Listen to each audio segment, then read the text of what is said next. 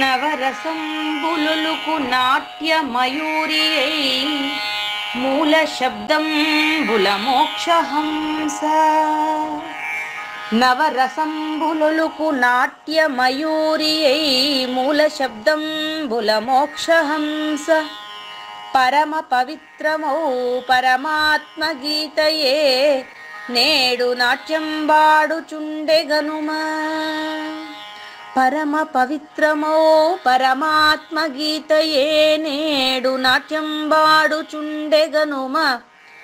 మునిరతనార్యులు మోదిల్లు శిష్యుండు, మునిరతనార్యులు మోదిల్లు శిష్యుండు సహజాచలుని కంఠ శబ్దరీతి.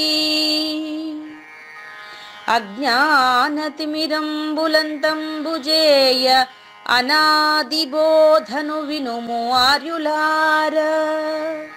అజ్ఞానతిమిరంబులంతంబుజేయ అనాదిబోధను వినుము ఆర్యులార. వినుము ఆర్యులార.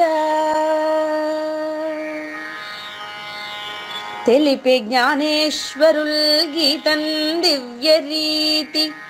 తెలిపే జ్ఞానేశ్వరుల్ గీతన్ దివ్య రీతి. ఆణిముత్యమీ గ్రంథము అచలులార. ఆణిముత్యమీ గ్రంథము అచలులార. ఆదరించిరి గీతను అచల ఋషులు గురుని వాక్కుగా గ్రహించి గురుతుగనుడు. ఆదరించిరి గీతను అచల ఋషులు గురుని వాక్కుగా గ్రహించి గురుతుగనుడు.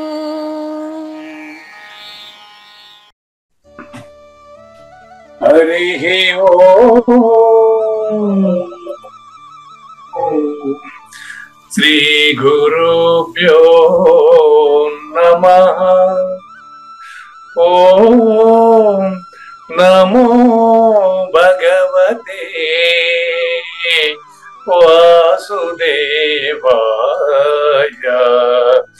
ఓం నమో నారాయణాయ. ఓం నమో ఓం నమః శివాయ. ఓం నమః శివాయ.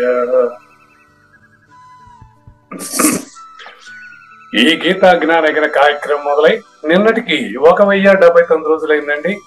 ఈ రోజు 1080వ రోజు.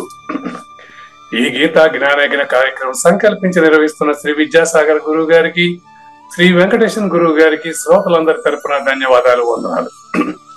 ఈనాటి కార్యక్రమంలో పాల్గొన్న ఆత్మస్వరూపులైన శ్రోతలందరికీ కైవల్యాసనం తరపున,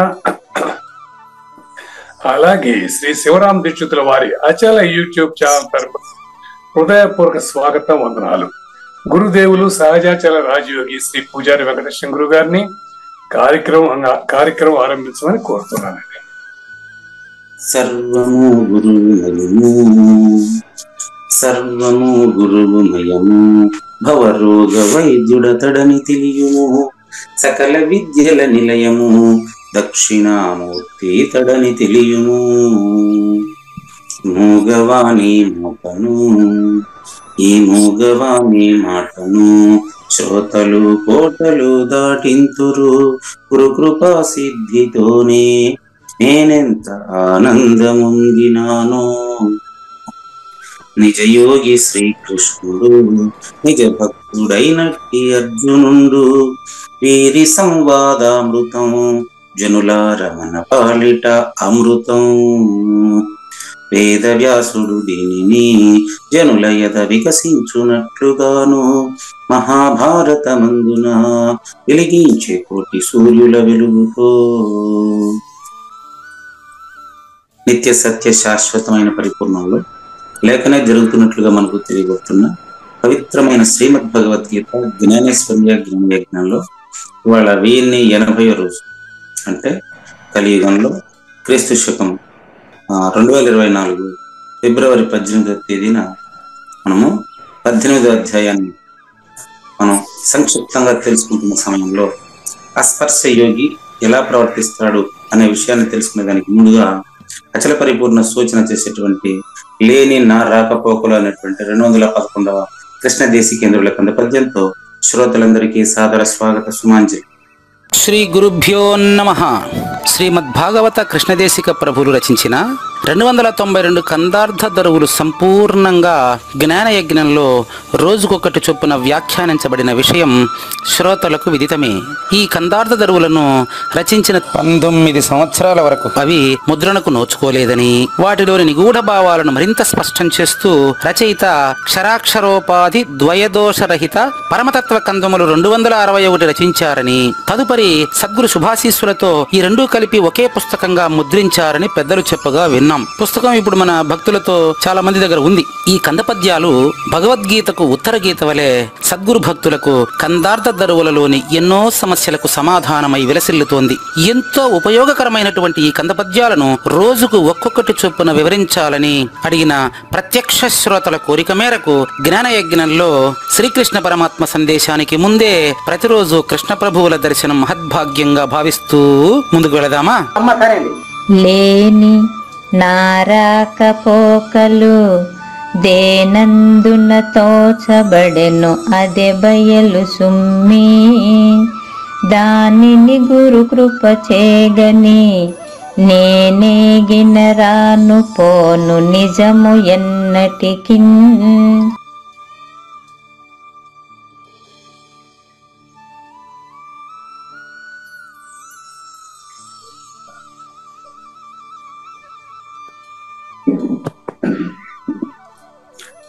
గురుగారు గురుగారు ఓకే. ఇక్కడ శీర్షిక లేని నా రాకపోకలు. లేని నా ఓకే లేని నా రాకపోకలు టైటిల్ దీనికి. 211వ కంద పద్యంలో మనం చూడండి, నిన్న ఇది ప్రారంభమైందండి. 209లో మొదలు లేని నేను అని వచ్చింది, 210లో లేని నేను అని వచ్చాయి.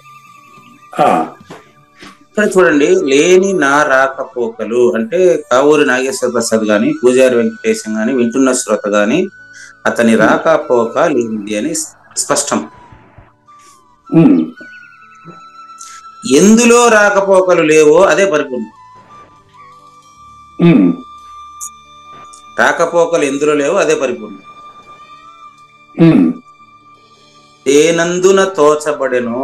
కళ సుషుప్తిలో నుంచే వచ్చింది, సుషుప్తిలోకి వెళ్తుంది. ఆకాశము సుషుప్తి వంటిది, ఆకాశము జడచేతనము, అచల పరిపూర్ణము నిత్య చేతనము. ఆకాశంలోనే వస్తువు ఉత్పత్తి అయినట్లు, స్థితి పొందినట్లు, నశించినట్లు తెలుస్తుంది. ఆకాశము త్రిమూర్త్యాత్మక స్వరూపము. గురు బ్రహ్మ, గురుర్ విష్ణు, గురుర్దేవో మహేశ్వర, ఈ మూడు ఆకాశ స్వరూపము. త్రిగుణమయి అంటారు. ఈ ముగ్గురిని అంటే త్రిగుణాలనే ఈ ముగ్గురుగా భావిస్తారు.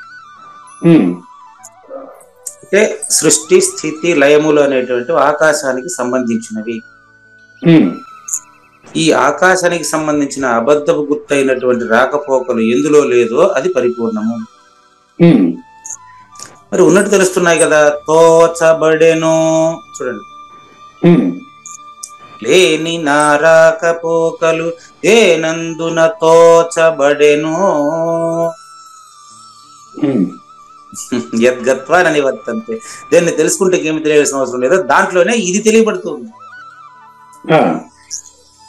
ఏనందున తోచబడెను అదే బయలు సుమి, అదే బయలు. అదే బయలు కాదు, ఇప్పుడు ఇదే అదే అని చెప్పారు ఆయన. ఎవరు? శిష్యుడు మాట్లాడుతున్నది కదా ఇది. కానీ అచల పరిపూర్ణ గురుమూర్తి చెప్పింది అది ఇదే అని రెండు తనితనిగా లేవు. మూలం లేని గుర్తిరిగే శరీరం లేనిదని చెప్పడానికి సూచనగా దీనికంటే వేరైనదని చెప్పుటకు అదే అని వచ్చింది. నేను మీకు అదే దక్షిణామూర్తి అతడు అని ఎందుకు చెప్పాము? మాట్లాడుతున్న వాడి కంటే వేరైనది పరిపూర్ణం అని చెప్పడం కోసం అతడు అని చెప్పాల్సి వచ్చింది. అతడు ఇతడు అనే భేదాలు పోయిన తర్వాత ఎప్పుడు ఉండేది ఎప్పుడు ఉంది. అది ఇదే. కాబట్టి ఇదే అదే అని చెప్పేది ఏదైతే ఉందో అది లేదు. గురుగారు విచారించకుండా ఉండేదాన్ని విచారణతో విచారించింది లేదని తెలియాలి గాని దేన్ని విచారించామో అందులో విచారణ నిలవదు. క్లియర్ ఉంది. ఇది అందులో లేని విచారణ లేకపోయినా ఎందుకు తెలుస్తా ఉంది అనే దానికి మనకు జ్ఞానేశ్వరి క్లారిటీ ఇస్తాను. అద్భుతమైనటువంటి వివరణ ఉండదు అనమాట. అందరికి ఎప్పుడు ప్రతిరోజు ఎక్కడో ఒక చోట ఏదో ఒక సత్సంగంలో ఈశ్వర సర్వభూత హృద్దేశజన తిష్టది అనేది ఉంటది. కనుక లేని నారాకపోకలు పూజారి వెంకటేశం అనేటువంటి అబద్ధపు గుర్తు ఎందులో లేదో అదే గాఢ సుషుప్తి వంటి పరిపూర్ణం. అదే బయలు సుమ్మి. దానిని గురు కృప చేయగని అది నాకు తెలిసిపోయింది అనడానికి వీల్లేదు నాయన. లేదనకు మున్నది అదిగో నే తెలిసి తిననకు దేన్ని నీ విరిగేవా సూచన. దాని అక్కడ అదే చెప్పారు. దేనందున తోచబడి అదే అన్నారు కాబట్టి ఇక్కడ దాన్ని చెప్తున్నారు. దానిని గురు కృపచే కని అది ప్రత్యక్ష ప్రమాణము. అది ఎక్కడి నుంచో చూసేది ఊహించేది కాదు. అది నైవవాచ కఠోపనిషత్ నైవవాచ న మనసా ప్రాప్తుం శక్యో నా చక్షుష. అచల పరిపూర్ణం అనేది నోటితో చెప్ప వీలు కానిది, మనసుతో ఊహించ వీలు కానిది. మనసు 6వ ఇంద్రియంగా భ్రమించబడుతున్నది. ఆ పంచభూతాల్లోది అది కూడా 6వ ఇంద్రియంగా భ్రమించబడుతున్నదే సృష్టికర్త. మనం మన షష్టాని ఇంద్రియాలని 15వ అధ్యాయంలో చెప్పాం. ఇప్పుడు రాబోయే శ్లోకంలో వస్తుంది అది. కనుక చాలా క్లియర్ గా చూడండి. దానిని గురు కృప చేయగని సాజన్మ సాకార సద్గురుమూర్తి గురు కృప. ఊహపోహలు కాదు అది. సాజన్మ సాకార సద్గురుమూర్తి సత్ప్రవర్తనను గమనించినటువంటి సత్శిష్యుడు మాత్రమే తెలియగలడు. ఇతరులకి తెలిసేదానికి వీలు లేదు. ఈ విషయం రేపు కంద పద్యాలు చెప్తారు. గురుకృప చేత దాన్ని గన చూసి నేను ఏగిన రెండవ నేను లేకపోతే అప్పుడు మొదటి నేను ఉంటది. కానీ మూడో నేను ఏ ఊరికి పోయినా మళ్ళీ 2వ నెలలో నుంచి 3వ నేను వస్తుంది. మరణంలో కూడా ఎరుక ఉంది. మరణంలో ఎరుక ఉంది అని చెప్పేదానికి మీకు చాలా ఉదాహరణలు చాలాసార్లు చెప్పాను. మళ్ళీ ఒకసారి గుర్తు చేస్తాను. శారీరక మరణంతో ఎరుక నశించుట లేదు. సద్గురు వాక్యంతో ఎరుక లేదు. శారీరక మరణంతో ఎరుక నశించుట లేదు. శ్వాస మాత్రమే ఆగుతుంది. శ్వాస ఆగిన అందులో ఆ శవంలో నుంచి కుదురు పెట్టి చూడండి ఎన్ని పురుగులు వస్తాయి అందులో నుంచి. చైతన్యం అడిగిపోయింది. కాబట్టి అందుకనే శవానికి కూడా మొక్కుతూ ఉంటారు. అది నాకు అవసరం లేదు. కానీ ఇప్పుడు అర్థవంతంగా చూస్తే మొక్కేవాడు లేడు. అంతటా నేను కానిది, నేను లేనిది ఏదైతే ఉందో అది నిజమైన నేను. మొక్కేదానికి 2వ వాడు ఎవడు ఉంటాడండి? మొక్కేదానికి 2వ వాడు లేదు. మొక్కుతున్నవాడే మొక్కు తీర్చుకుంటున్నాడు. మొక్కిన వాడే కర్మ చేస్తున్నాడు. అచల పరిపూర్ణ సూచన ఎట్లానంటే ఏకమేవ అద్వితీయం బ్రహ్మ. అది శాసనం. మీకు వాక్యం మీకు తెలిసిన వాక్యమే కదా. ఏకం ఏవా ఆది మాత్రమే నిజమైన బ్రహ్మ. అదే ఇక్కడ చెప్తా ఉండేది. నా రాకపోకలు దేంట్లో లేదు. అదే మీరు ఎవరు పాపపుణ్యాలను తీసుకొని సృష్టిని నేను నడిపిస్తున్నానని భ్రాంతి చెందుతున్నారు కదా. 5వ అధ్యాయం 14-15లో వెరీ క్లియర్ గా చెప్పాం కదా. అవునండి.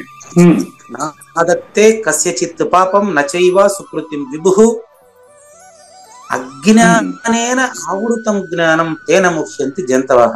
మానవులై జన్మించి కూడా ఇంకా జంతువులాగా ప్రవర్తిస్తారు. ఎందుకండి? కాస్త జ్ఞానం పొంది సద్గురుమూర్తిని, సహజన్మ సాకార సద్గురుమూర్తిని కలవండి. నిజం తెలుసుకోండి, నిజం తెలుసుకోండి. సర్వ 5వ అధ్యాయంలో 13, 14, 15 చూసుకోండి, క్లియర్ గా చెప్పారు చూడండి. సర్వకర్మాణి మనసా, ఈ మనసు 6వదిగా తెలియబడుతుందండి. పంచభూతాలు పడితే అది పంచభూత భ్రాంతిదే. అవునండి. సర్వకర్మాణి మనసా, ఆ భ్రాంతి ఉండే సమయంలోనే సర్వకర్మాణి మనసా సన్యస్య, మనసుతో సహా విడిచి ఉంటే.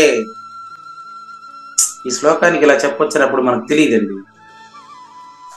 ఈ శ్లోకంలో ఇంత భావం ఉందనే విషయం అప్పుడు చెప్పడానికి అంత పరిజ్ఞానం నాకు లేదండి. ఇప్పుడు ఉందని చెప్పేసరికి లేదండి. సర్వకర్మాణి మనసా సన్యస్య, మనసులో మనసుతో సహా అన్ని పనుల్ని చేసే కర్తను త్యజించి. ఇట్లా మనం వివరం చెప్పాలంటే అప్పుడు చేత కాలేదు మనకు కదా.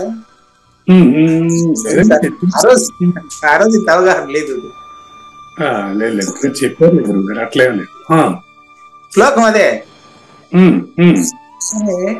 ఆ సర్వకర్మలు అంటే పూజారి వెంకటేశం అనే అబద్ధపు గుర్తుతో జరుగుతున్నటువంటి కర్మలను కాదు త్యజించేది, ధర్మాన్ని పాటిస్తూ పూజారి వెంకటేశం అనే అబద్ధపు గుర్తును త్యజిస్తే మనసుతో సహా అతను సుఖం వసి, అటువంటి వాడు మాత్రమే సుఖ పురుషుడు.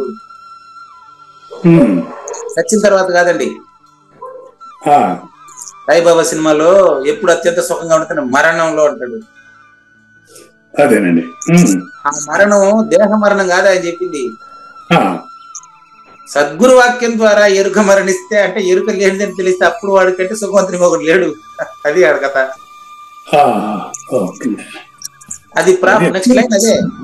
మానసికంగా మరణిస్తుందా తప్ప శారీరకంగా మరణిస్తాం కాదు.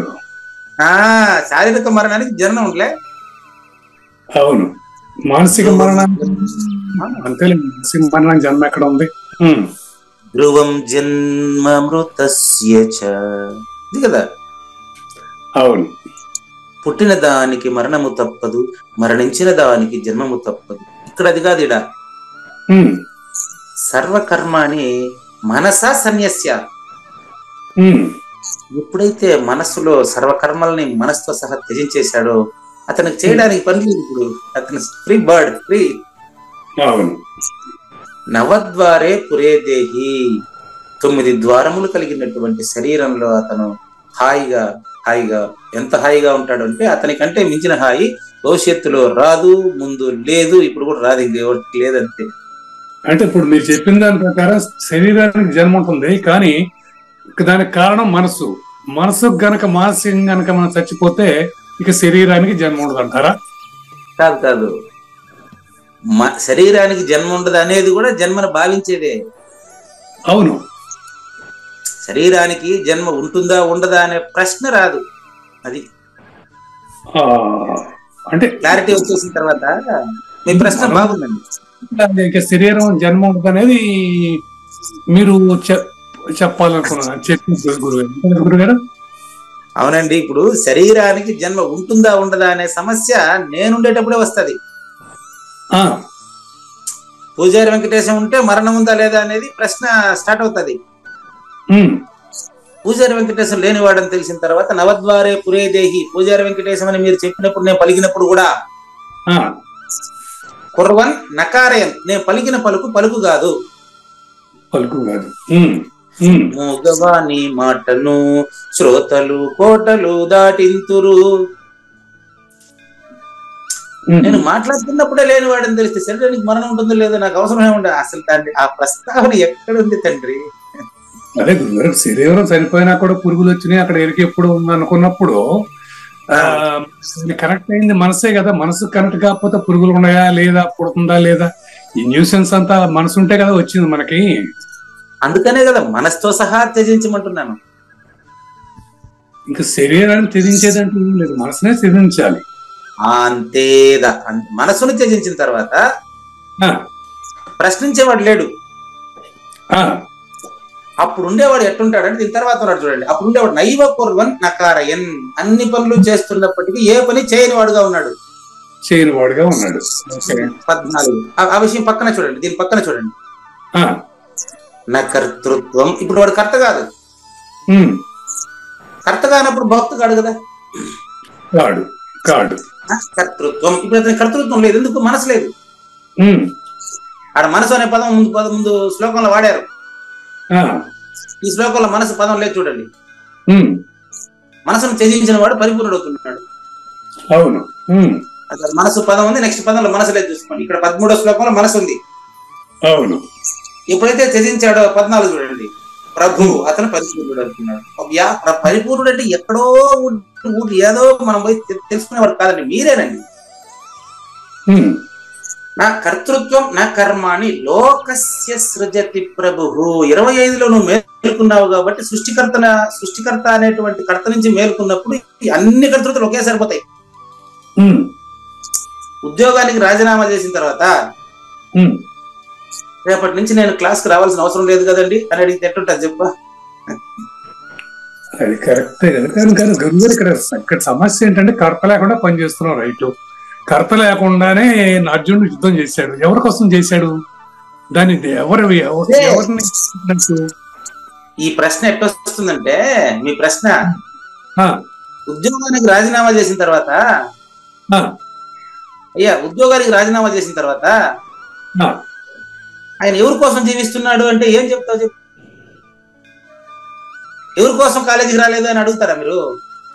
అక్కడ చేయాల్సినటువంటి ఒకే ఒకటి ఇంట్రడ్యూస్ అయింది కదా, కృష్ణుడు నువ్వు చేయాలి, యుద్ధం చేయాలి, లేకపోతే నథింగ్ డూయింగ్, నువ్వు చేస్తున్నా అంటే నేనే చేస్తున్నాను అక్కడ వ్యక్తం చేశారు కదా వారు. అంటే కృష్ణుడు చేస్తున్నాడు, అర్జునుడు చేయటం లేదు. కృష్ణుడు చేయడానికి కారణం నేనే అని అక్కడ చెప్పడం జరుగుతున్నది కదా. కృష్ణుడు చేస్తున్నాడు ఎవరు చెప్పినారు?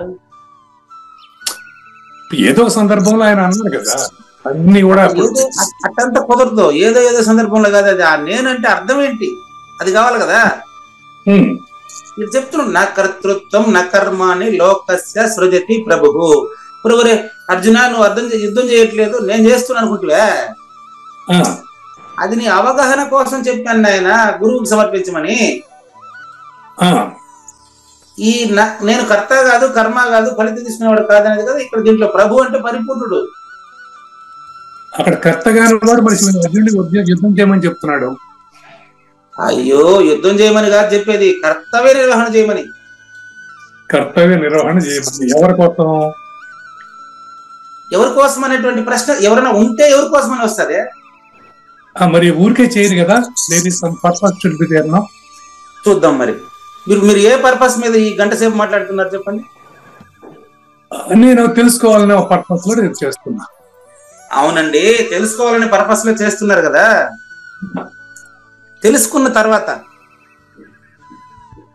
ఏ పర్పస్, ఇప్పుడు తెలుసుకున్న తర్వాత ఏ పర్పస్ లో మళ్ళీ రేపు లాగిన్ అవుతారు మీరు? ఇక తెలుసుకున్నాక ఇంకా యుద్ధమే ఉంది. అట్లా యుద్ధం చేసినా యుద్ధం లేనిది అవుతుంది తెలుసుకున్న తర్వాత చేస్తే. అంటే యుద్ధం చేసే ముందు అర్జునుడికి ఏమీ తెలియదు, అయితే ఇంకా తెలుసుకోవాల్సింది ఉంది. ఇది మన కండిషన్. అది యుద్ధం మళ్ళీ చూడండి, మీరు అర్జునుడి పాత్రలో లీనమైపోతారు కదా. అర్జునుడికి తెలియదు కాదు, ఈ విషయాలు నాకు అర్థం కాలేదు, అది విషయం. ఇక్కడ వింటున్నటువంటి వాడే అర్జునుడు.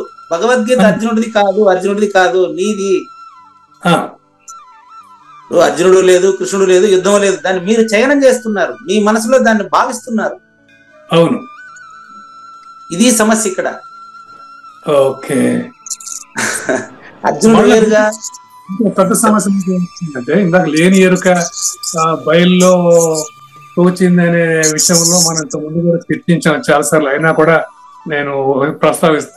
ఒక మెజిషియన్ వస్తువుల్ని సృష్టిస్తాడు, మాయం చేస్తాడు, అంటే రాకపోకలు జరుగుతున్నాయి. దానికి కారణం మెజిషియన్ అనేది మనం స్పష్టంగా తెలుస్తా ఉన్నది. ఇక్కడ బయల్లో తోచిన ఎరుక ఎందుకు తోస్తుందని మనకు తెలియట్లేదే. స్పష్టంగా తెలుస్తా ఉంది. తెలియటం లేదనే వాడికి తెలుస్తా ఉంది. బయలే కారణం అంటారా? నేను అనలేదే. మరి ఎలా తోస్తుంది? తోసిన వాడి సమస్య అది. ఇంద్రజాలికుడు ఎగ్జాంపుల్ చెప్పారు కదా, ఎక్స్ప్లెయిన్ చేస్తానండి మీరు చెప్పిన ఎగ్జాంపుల్ ని.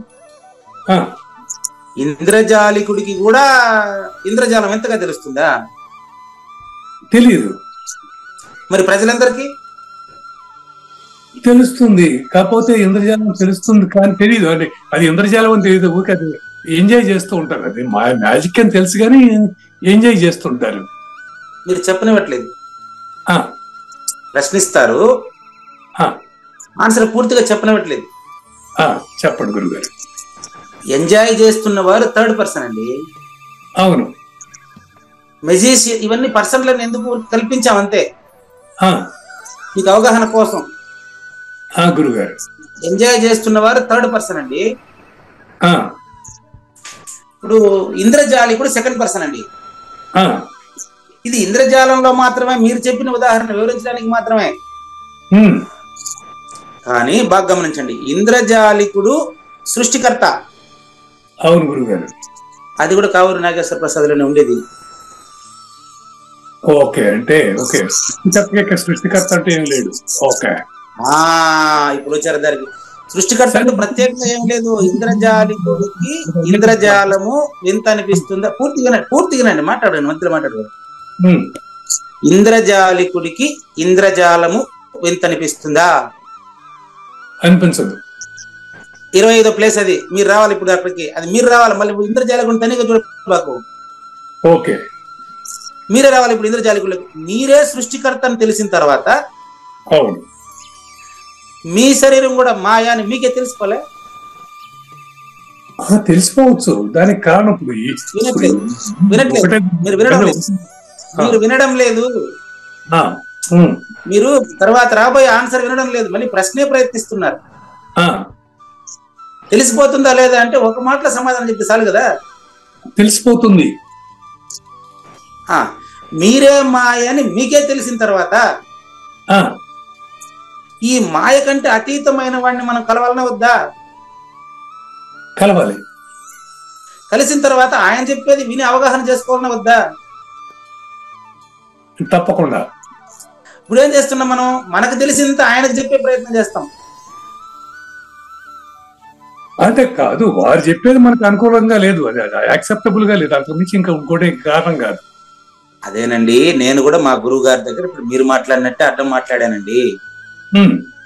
ఈ సమాచారం అక్కడ ఉంది, ఆ శ్లోకంలో ఇది ఉంది అనే శ్లోకంలో ఉండేది అని చెప్పానే తప్ప నేనుగా అపరోక్షం కాలేదు అప్పుడు. కాలేదు. ఓకే, అట్లా ఇప్పుడు మీ పరిస్థితి కూడా అదే. అంతేలేండి. ఇప్పుడు మీరు మాయా అని స్పష్టంగా తెలిసిన తర్వాత మీరు సృష్టికర్త అవుతున్నారు. ఇంద్రజాలికుడికి ఇంద్రజాలం వచ్చు. నేను సృష్టికర్త కావట్లేదు, సృష్టికర్తకి నేను భాగం అవుతున్నాను, నేను ఒక పార్ట్, ఒక రోల్ అవుతున్నాను అని అనుకుంటున్నాను. అదే ఒక బొమ్మ, ఒక నాటకం, అది ఒక బొమ్మ సపరేట్. ఎవరి సినిమా? ఈ సినిమా సపరేట్. అన్ని సినిమాల్లోనూ ఉండేది కేవలం ఏది ఉందో సృష్టికి సంబంధించినటువంటి ఆకాశ తత్వం ఏదైతే ఉందో దాన్ని మీరు ముందుగా అనుభవించాలి. ఓకే, మాయ కూడా ఎప్పుడు అనుభూతినే. ఓకే గురుగారు. ఇప్పుడు నెక్స్ట్ శ్లోకంలో వస్తుంది, మాయ ఖచ్చితంగా అనుభూతి, అనుమానం లేదు దీంట్లో. ఈ మాయ లేని నా రాకపోకలే మాయా అని తెలిసి నాకంటే వేరుగా ఉండేటటువంటి ఆ యొక్క అచల పరిపూర్ణమును అపరోక్షం చేసుకున్నటువంటి ఆయనే సాజన్మ సాకార సద్గురు. ఆయన కృప చేత ఆయన ప్రవర్తనలో, ఆయన మాటల్లో ఆయన చేసేటువంటి ప్రవర్తన పరిపూర్ణమైనదేనని స్పష్టంగా తెలిస్తే ప్రశ్నించేవాడు ఉండడు. ఇది ఎట్టా అంటే మీకు మళ్ళీ అదే ఉదాహరణ. గాఢంగా నిద్రపోయిన తర్వాత మళ్ళీ నిద్రపోయిన వాడు నేను నిద్రపోతున్నానా లేదా చెక్ చేసుకోవాలనా? నేను నిద్రపోతున్నానా లేదా చెక్ చేసుకుంటే నిద్రపోలేదని అర్థం, అంతే. అట్లా అచల పరిపూర్ణత అపరోక్షం చెందిన తర్వాత మీ దగ్గర సమాధానమే ఉంటుంది. మీ దగ్గర కాదు సమాధానం, ఎవరైతే ప్రశ్నిస్తారో వాళ్ళలో నుంచి వాళ్ళకి మీరు సమాధానం ఇస్తారో తప్ప మీకు ప్రశ్నే ఉండదు. ఇంకా ప్రశ్నించేవాడు ఉంటే ప్రశ్న ఉంటుంది. అంటే దీన్ని బట్టి అచల ప్రవర్తనకు సంబంధించిందే గాని జన్మరహితానికి సంబంధించింది కాదనిపిస్తోంది. అది అనిపించేది కావూరి నాగేశ్వర ప్రసాద్, మీరు కాదు, మీకు కాదు. మరి అక్కడ జన్మరహితం ఎక్కడైంది? ఇప్పుడు ఆయన ప్రవర్తననే ఇప్పుడు ఇలా లేనివాడిగా భావించు అని అంటున్నారు. మళ్ళీ శరీరం వచ్చినా పర్లేదు, శరీరం రాకపోయినా పర్లేదు, దాని గురించి నువ్వు పట్టించుకోవాల్సిన అవసరం ఏముందని ఆ గురువు గారు చెప్తున్నారు. జన్మరహితం కొత్తగా అయ్యేది కాదు. లేని జన్మ ఉందని ఊహించుకున్నావు కదా, నీ భ్రాంతిని పోగొట్టేదే జన్మరహిత ప్రబోధ తప్ప నీ పుట్టుకను భౌతికంగా ఆపేది కాదు.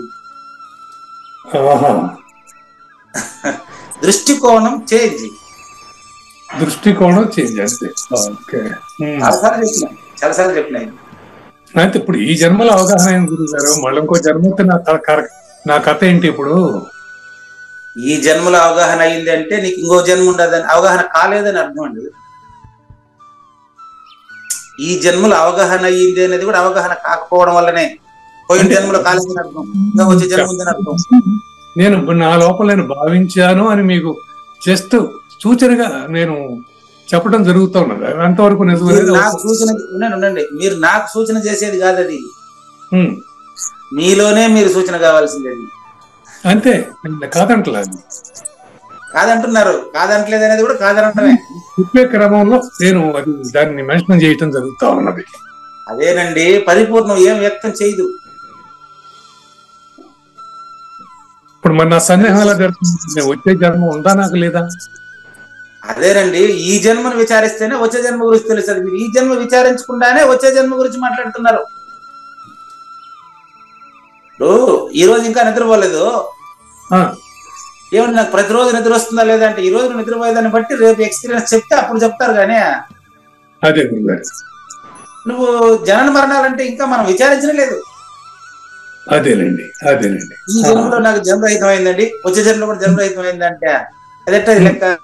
ఈరోజు తాగేది మానేసినానండి, రేపు కూడా మానేస్తానా లేదంటే ఎవరిపైన ఆధారపడింది వాడు తాగుడు మానేది? అదేనండి. అదే అంటే గురువు చూసిన ఎఫెక్ట్ ఏమిటి అనేది నేను ఆలోచిస్తాను, అంతకు మించి ఇంకొకటి కాదు. వినడం లేదు, వినేదాన్ని అవగాహన చేసుకోవడం లేదు. నేను చెప్పి ఉదాహరణ పక్కన పెట్టేశారు. ఈ రోజు తాగుడు నేను మానేశానండి, రేపు నేను తాగకుండా ఉంటానా అంటే వాడికి మనం ఏం చెప్తారు? మీరు ఏం సలహా ఇస్తారు నాకు? నేను తాగిపోతండి, ప్రతిరోజు తాగుతున్నాను, మానేయాలని నాకు ఉంది. ఈ రోజు అయితే ఈ గ్లాస్ తాగేసి మానేస్తున్నానండి, రేపు నేను మానేస్తానా లేదా మీరు చెప్తారు నాకా? చెప్పలేదు. ఎవరి మీద ఆధారపడింది అది? ఆ వ్యక్తి మీద. ఏ వ్యక్తి మీద? ఆ తాగే వ్యక్తి మీద. జన్మరహితం కూడా అంతేనండి. ఇండివిజువల్ గా వాడు విచారించి గురువాక్యాన్ని తనలో చూడాలి. గాని ఈ జన్మలో నాకు జన్మరహితం అయిపోయిందండి, వచ్చే జన్మలో రహితం అవుతుంది అంటే అసలు జన్మల గురించి సరిగ్గా విచారించలేదని ఒక స్థిరత్వంగా మనం కన్ఫ్యూజన్ కలిగిస్తాయి. మరి మన బతికేట్రై అర్థం కాని స్థితి ఏర్పడుతుంది మళ్ళా. అదేనండి, అది కావూరు నాగేశ్వర ప్రసాద్ కు మాత్రమే అర్థం కాని స్థితి ఏర్పడుతుంది, మీకు కాదండి. కావూరు నాగేశ్వర ప్రసాద్ అనేది సృష్టికర్త, తర్వాత థర్డ్ పర్సన్ అనే ద్వయం అండి. అది అంతేనండి. అది లేదండి. గాఢ నిద్రలో మీకు ఏం కన్ఫ్యూజన్ ఉంటుంది చెప్పండి? ఉండదు. మరి ఆ స్థితిలో ఇప్పుడుంటే కన్ఫ్యూజన్ అనేది లేనిదే కదా. ఆ స్థితిలో ఉండడానికి మీరు సిద్ధపడటం లేదు. అది కథ. గాఢ నిద్రలో ఉండే స్థితిని ఇప్పుడు కావాలంటున్నారు. నాకు వస్తుందా లేదా, వస్తుందా లేదంటే మీ సూట్ తెలుస్తుంది. మీరు వస్తుందా లేదా నన్ను అడిగితే ఎవరు పొందాలి? నీలోనే పొందాలి, రెండవది లేదని చెప్తాను. కాబట్టి లేని నా రాకపోకలు నందున తోచబడెను అదే బయలు సుమి. మన ఇద్దరి యొక్క సంవాదము ఏది ఇందులో అయితే జరుగుతా ఉందో అది పరిపూర్ణము. చేప దేంట్లో అయితే తిరుగుతా ఉందో అది సముద్రము. చేప దేంట్లో అయితే తిరుగుతుందో అది సముద్రము. చేప ఏంటండి, నాకు మరి సముద్రం అంటే తెలుసుకునే అవకాశం ఉందా లేదా అంటే ఏం చెప్తారు మీరు దానికి ఆన్సర్? అది ఎట్లా సాధ్యం? అది ఎట్లా కరెక్ట్ గారు? ఈ ప్రపంచంలో వచ్చి పోతా ఉన్నాను, ప్రపంచాన్ని నేను పరిపూర్ణం అనలేనుగా. మీరు ఉదాహరణ తీసుకోవడం లేదు కదా అసలు. ఉదాహరణ దగ్గరికి చేరట్లేదు, మీరు తోసేస్తున్నారు. ఉదాహరణ దగ్గరికి వచ్చి ఉదాహరణలు ఆలోచించండి. చేప సముద్రం పదాలు పెడితే మీరు ఆ పదాలను పక్కన పెట్టేసి ఈ పదాలే పట్టుకున్నారు. ఉదాహరణ ద్వారా లైట్ వేస్తే కనిపిస్తుంది అంటే లైట్ వేయకుండా మాట్లాడుతున్నారు. అదేనండి. స్విచ్ చేయండి, పలానా చోట వస్తువు ఉంది అంటే నాకు కనపడలేదు అంటే లైట్ వేసుకోవడం లేదు. అది మళ్ళీ వినండి, ఇప్పుడు చేప నాగేశ్వర ప్రసాద్ గారు జస్ట్ ఉదాహరణ ఉంటే కదా మీకు తెలుస్తుంది. అది మీరే అవగాహన చేసుకోవాలి పరిపూర్ణమా కాదని. అంతేలేండి. ఇంకొకటి తెలిసేది కాదండి. బాగా జాగ్రత్తగా వినండి. ఇప్పుడు చేప సముద్రం అంటే ఎట్లుంటుందండి, అది ఎక్కడుంటుందంటే దాని కొంచెం నాకు ఎక్స్ప్లెయిన్ చేయండి అని చేప వచ్చి అడిగింది అనుకో, మీరేం చెప్తారు? నువ్వే తెలుసుకోమ్మా, నువ్వు ఎట్లా ఉంటావు అనేది మనం చెప్పాలా? అది కూడా నన్ను అడుగుతారా మీరు? నువ్వు ఉండేది సముద్రంలోనే కదా అని చెప్పలేరా? నువ్వు చూసుకో ఇలా ఉంటామని చెప్పాలా? అదేనండి, అది కూడా మీరే. ఇప్పుడు చేప సముద్రంలోనే ఉంది కదా. అవును. సముద్రం యాడుంది, దానికి అడ్రస్ చెప్పండి అని చేప వచ్చి అడిగితే అవును సముద్రంలోనే అది ఉండేది.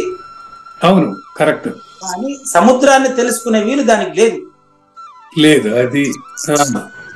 ఎందుకని? అది సముద్రంలో భాగంగా ఉంది.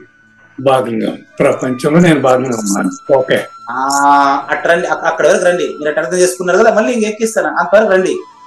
ఓకే. ప్రపంచంలో మీరు భాగంగా ఉన్నారు కదా, ప్రపంచం దేంట్లో ఉంది? ప్రపంచం లేనిది.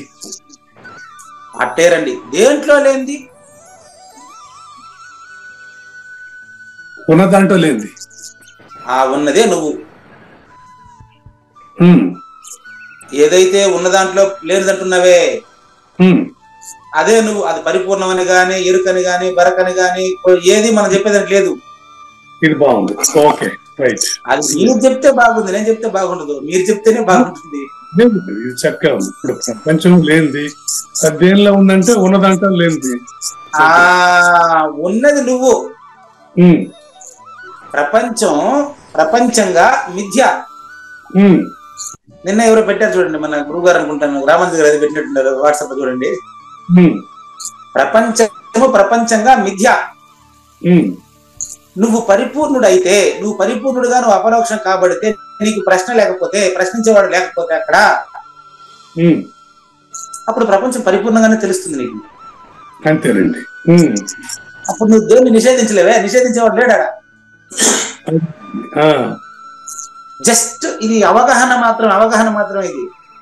అది ఇంకా పుస్తకాలు, భాష్యాలు, శాస్త్రాలు, శాస్త్రజ్ఞులు అవసరం లేదు.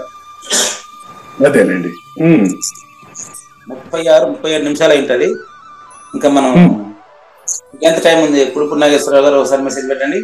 3 నిమిషాలు. 3 నిమిషాలా?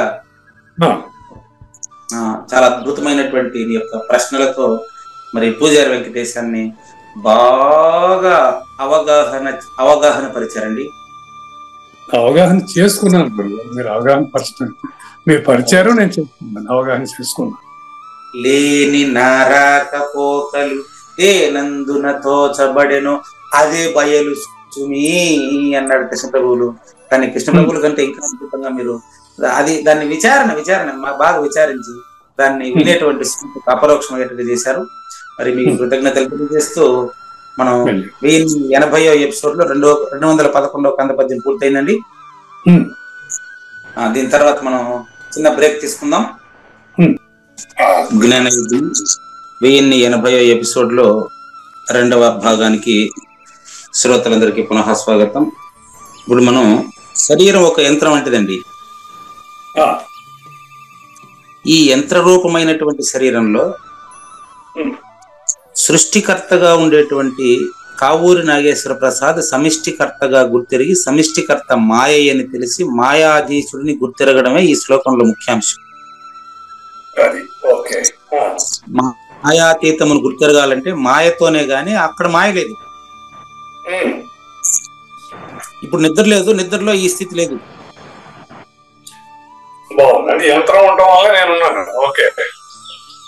యంత్రం ఉండటం వల్ల ఉండే నువ్వు రెండో వాడు, అది కూడా రెండోదే. నేనుండటం వల్ల యంత్రం ఉంది, యంత్రం ఉండటం వల్ల నేనుండాను. ఈ రెండు మాయ అండి, ద్వయం అండి. చేప ఉండడం వల్ల చేపకి ప్రాణం ఉంది, ప్రాణం ఉండడం వల్లే చేప ఉంది. అది రెండు ఒకేసారి ఎంట్రీ. ఈ రెండు కాకుండా ఉండేదంతా సముద్రమే ఆడ. జస్ట్ ఎగ్జాంపుల్, అది ఎగ్జాంపుల్, డైరెక్ట్ గా నీకు సూచన కాదు. అదేనండి. ఆ విషయాన్ని మరి జ్ఞానేశ్వరులు ఎలా వివరిస్తారో మనం చూద్దామండి. కానీ శ్రీ భగవాను వాచ శ్రీ శ్రీ భగవాన్ వాచ ఈశ్వర సర్వభూతానాం ఈశ్వర సర్వభూతానాం హృద్దేశే అర్జున తిష్టతి హృద్దేశే అర్జున తిష్టతి రామయన్ సర్వభూతాని భ్రామయన్ సర్వభూతాని యంత్రారూఢాని మాయయా. ఆరూఢాని మాయయా. ఇక్కడ మీరు ఇంద్రజాలికుడితో పోల్చొచ్చు కానీ అవగాహన మీలో జరగాలి. మీరు చెప్పిన ఇంద్రజాలికుడు ఉదాహరణ ఇక్కడ తెస్తాను. కానీ ఇంద్రజాలికుడిని మీకంటే వేరుగా చెప్పారనుకోండి, సూచన జరగదు, సూచన కాదు. అదేలేండి. మీరే నిద్రపోతే మాట్లాడరు. నిద్రపోవాలనే విషయాన్ని ఎంతసేపు మాట్లాడినా నిద్రపోయినట్టు కాదు. కాదు. క్లియర్ గా చూడండి. అదే చెప్పేది, సాజన్మ సాకార సద్గురుమూర్తితోనే ఇది సిద్ధం. గురువుకి వదలాల నన్ను. నేను మళ్ళీ నాకు తెలిసిందండి మళ్ళీ ఇంకోటి చెప్పండి అంటే, తెలిస్తే చెప్పమని ఏంటి అడుగుతావా? అది నాయన నువ్వు నిద్రపోయేదని కథ చెప్తున్నాను అంటానండి. కథ ఎందుకోసం? వాడు నిద్రపోయేదాని కోసం. వాడు కథ అంతా చెప్పేసి ఎవరు నిద్రపోయినావా లేదా అంటే, ఇంకా నిద్రపోలేదని అడుగుంటే ఇంకో కథ చెప్పాలని అర్థం. బాగా గమనించండి. లేని నారాకపోకలు దేనందున తోచబడిన అది బయలన్నారు కదా, అందులో నేను ఎలా ప్రవర్తించాలనేది ఈ శ్లోకంలో చెప్తుంది. ఇక్కడ దీనికి టైటిల్ ఏంటంటే కర్తృత్వరహిత కర్తగా నువ్వే వ్యవహరించాలి. బాగా గమనించండి. కర్తృత్వరహిత కర్త. మళ్ళీ ఈ ప్రాసెస్ అంతా ఎక్కడ వచ్చిందండి, ఎక్కడి నుంచి వచ్చింది అంటే, నీ నుంచే అని చెప్తా ఉంటే, ఇప్పుడు నా కళ్ళ ఉండే బిల్డింగ్లు అంతా ఎవరు కట్టినారంటే ఏం చెప్పేది? నా కళ్ళ ఉండే బిల్డింగ్లు కర్త ఎవరు చెప్పండి? మేస్త్రి అని చెప్పవు కదా. మేస్త్రి, ఇంజనీరు, ఇసుక, ఇటుకలు, సిమెంట్ ఇవంతా కలిపితే కదా బిల్డింగ్ అవుతుంది. మరి ఎప్పుడు కలగాలంటే అదే చెప్పేది ఇక్కడ. అది మీ ఇష్టం. నేను అడిగిన ప్రశ్న బాగా గమనించండి. కళలో కట్టినటువంటి బిల్డింగ్ కి వస్తువులన్నీ ఎక్కడి నుంచి తెచ్చినారు అని ఏమన్నా అడిగితే మీరేం చెప్తారు? అసలు బిల్డింగే లేదని కదా చెప్తానవా? అంతే అంతే గురుగారు. ఆ విధంగా కలగనేవాడే లేకపోయినప్పుడు, కలగనేవాడు లేనివాడని తెలిసిపోతే దాన్ని కళ అంటారా? మరి కళకతీతంగా నువ్వు ఎట్ట ప్రవర్తించాలనేది అద్భుతంగా చెప్పబడినటువంటి శ్లోకం భగవద్గీతలో. ఆశ్చర్యకరమైనటువంటి అద్భుతమైనటువంటి భావాలను ఒలికించేటటువంటి భావం అది. శంకరులు, జ్ఞానేశ్వరులు వీళ్ళతోనే వినాలి దాన్ని. దాని వ్యాఖ్యానం కూడా రెండో వాళ్ళు చెప్పలేరు. ఒక్క విద్యాప్రకాశానందగిరి స్వామి, ఒక శంకరులు, ఆదిశంకరులు, ఒక జ్ఞానేశ్వరి, అచల పరిపూర్ణ జ్ఞానేశ్వరి చెప్పిందే వినాల పరిపూర్ణ సిద్ధాంతం. ఎవరు చెప్పినా అవకాశం లేదు. అయితే అది తెలుసుకునే నేర్పు నాకు కృష్ణ ప్రభువుల ద్వారా, మీ ద్వారా వచ్చింది ఈ రోజు. కమాన్ చూసుకోండి. ఇక్కడ అర్జున అంటే అది అర్జునుడు మరి ఆ కాలము అది మరి వాడు యుద్ధం చేసినాడు అని అడగబాకండి నిన్ను. అర్జున అంటే కావూరి నాగేశ్వర ప్రసాద్ అని అర్థం. అర్జునత్వము అంటే చెప్పింది చెప్పినట్లు జీర్ణం చేసుకుని పాటించేవాడని అర్థం. అర్జున అంటే గురువాక్యాన్ని చక్కగా తనలో జీర్ణింపజేసుకుని సద్గురువులాగా ప్రవర్తించేవాడు అర్జునుడు అని అర్థం. అంతే. అర్జునుడు అనగానే ఎవరికి వారు అర్జునుడిగా భావిస్తున్నాయి. జస్ట్ అది పక్కన పెట్టి అక్కడ అర్జునుడు అంత యుద్ధం చేసినాడంటే అయిపోయి ఇంకా నువ్వు వేరే అయిపోయినావు దానికి. భగవద్గీత అర్థం కాదు అట్లా. కాబట్టి అర్జున అంటే కావూరి నాగేశ్వర ప్రసాద్ గారు, నీ శరీరం యంత్రం వంటిది నాన్న. యంత్రారూఢాని, యంత్రాన్ని ఎక్కేవాడు ఒకడు ఉండాలి కదా. యంత్రం థర్డ్ పర్సన్, యంత్రంలో ఫీల్ అయ్యేవాడు సెకండ్ పర్సన్. యంత్రంలో ఫీల్ అయ్యేవాడు సెకండ్ పర్సన్. నేను ఏడాదని అడుగుతా ఉంటావు కదా, మాయగా నీలో ఉండా, నేను మాయగా నీలో ఉండా సెకండ్ పర్సన్ గా. కానీ నేను ఫస్ట్ పర్సన్ గా ములుగుచ్చేదానికి సందు లేకుండా నిండి ఉన్నాను. ఉమ్, నేను ఫస్ట్ పర్సన్ గా ములుగుచ్చేదానికి సందు లేకుండా నిండి ఉన్న విషయం నీకు తెలియాలంటే ఉమ్, ముందు మాయగా ఎటున్నానో తెలుసుకుని మాయాతీతుడు కావయ్యా. నేను కూడా చూడు లాస్ట్ పదం మాయయా, మాయగానే నీతో మాట్లాడుతున్నాను. ఉమ్, ఈ శ్లోకంలో చివరి పదం అదే. ఉమ్, నేను మాయా శరీరమైన పూజారి వెంకటేశం శరీరం నుంచే నీతో మాట్లాడుతున్నా. ఉమ్, కానీ నా మాట లేనిదని నీకు ఎప్పుడు తెలుస్తుందో అప్పుడు నువ్వు కూడా లేనివాడైతావు. అదేలే గురుగారు. అది క్లారిటీ. నిద్రపోయిన తర్వాత మనం ఇద్దరు నిద్రపోతున్నాం, ఒకడే నిద్రపోతున్నామా తెలుస్తుందే. ఉమ్, ఒకరికొకరు మాట్లాడుకుంటూ నిద్రపోయినామంటే నిద్రలో మన ఇద్దరు ఒకటే. అవును గురుగారు. అదే పరిపూర్ణం. అదే గురుగారు. ఇప్పుడు మాయ ఎలా ఉందని తెలుసుకునేది కూడా శుద్ధ మాయ కదా. మాయలో కూడిన మాయ అంటారు. మీకు ఇది ఏడు నుంచి వచ్చింది తండ్రి. ఎవరు ఆయన పేరు ఏదో సంబంధం, విమలానంద జనార్దన స్వామి. ఇదే తిప్పుతా ఉంటారు ఆయన కూడా. ఆయన ఏదంటే శుద్ధ మాయ, మలినమాయ, మిశ్రమాయ, 3 రకాల తిప్పుతాడేసి. ఇప్పుడు మాయలో ఉన్నాడు, మాయనడు తెలుసుకోగలుగుతాడు. వాడు ఉందే మాయ. అదే అందుకనే కదా మా మాయకు అతీతమైన వాడిని ఆశ్రయించేశాం కదా. ఓకే, అక్కడ నేనేం చెప్పట్లేదు మనం, ఆయన ఇంకా మొదలే పెట్టలేదు మనం. ఓకే గురుగారు. మాయను 3 రకాలుగా డివైడ్ చేసుకుంటా ఉంటే మనం మాయకు అతీతంగా ఉండదని ఎప్పుడు తెలుసుకోలేదు మనం. ఇంకా చెప్పండి. ఇప్పుడు మాయ అని చెప్పిన తర్వాత అది మాయ ఇది మాయ అని అన్నదే ఈ మాయ. పల్లమరాజాచార్యుడు రాశారంట పాట. ఎవరు మరి పూర్ణ రత్నం పాడేది. ఇప్పుడు మాయ అంటా ఉండేవాడే మాయ అన్నప్పుడు మాయను మళ్ళీ 3 రకాలుగా డివైడ్ చేసి మాయనే తిప్పి నేర్చుకుంటూ మాయలోనే పడి ఉందామా? లేదు. మరి మాయాతీతం తెలియనివ్వండి, ఆయన దగ్గరికి పోదాం మనం. సర్వభూతాన్ని, అన్ని 84 లక్షల జీవరాశుల్లోనూ ఈశ్వర సృష్టికర్తగా తెలియబడుతున్న నేను మాయయా, మాయ చేతనే. తన మాయాన్ని రాసేటాడా? రాశారు తన మాయని. కానీ సృష్టికర్తగా మాయా, సృష్టికర్త నువ్వే. నీకు ఇతరమైనదే పరిపూర్ణము. గాఢ నిద్రలో ఇది ఉండదు, ఇప్పుడు అది ఉండదు, అది ఇది కాదు, ఇది అది కాదు. కన్ఫ్యూజ్ చేసి వ్యాఖ్యానాలు చేసి వీడియోలు పెంచబాకండి. మాయ వేరు, పరిపూర్ణం వేరు. మాయకు వేరుగా పరిపూర్ణం ములుగుచ్చ సంధి లేకుండా ఉంది. పరిపూర్ణంలో లేకనే తోచిన లేనిరుకయే మాయా. లేనిది లేని దానికి తెలిసే లేదని తెలియాలనే తప్ప ఉన్నదానికి కాదు. ఈ లేనిది అంటే సెకండ్ పర్సన్ అండి. భ్రామయన్, భ్రమింపజేయుచు సర్వభూతానం హృదయసే అర్జున తిష్టతి. అన్ని భూతముల హృదయములందు మనసు రూపంలో ఉండేటువంటిది మాయ తప్ప నేను కాదు.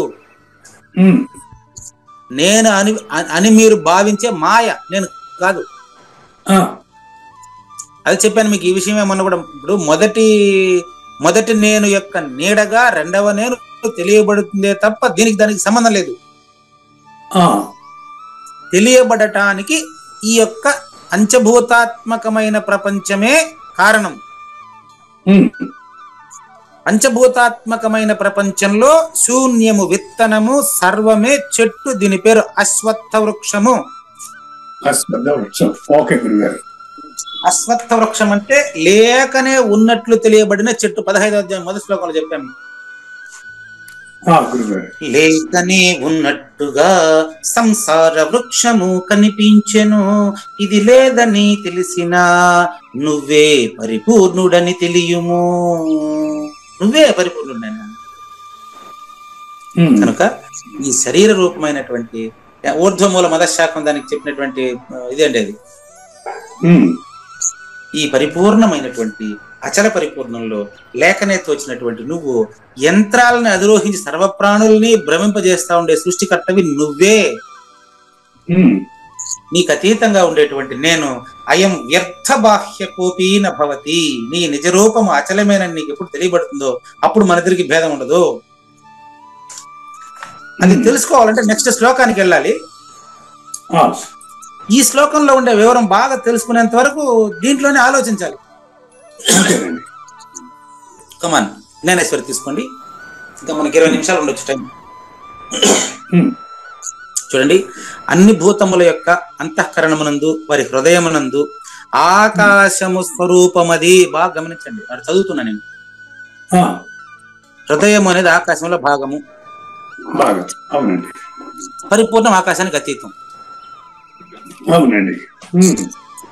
ఆకాశమునందు చిద్వృత్తి అనే సహస్ర కిరణముతో ఈశ్వర సర్వభూతానాం అని చెప్పినట్టు దానికి వ్యాఖ్య ఇది.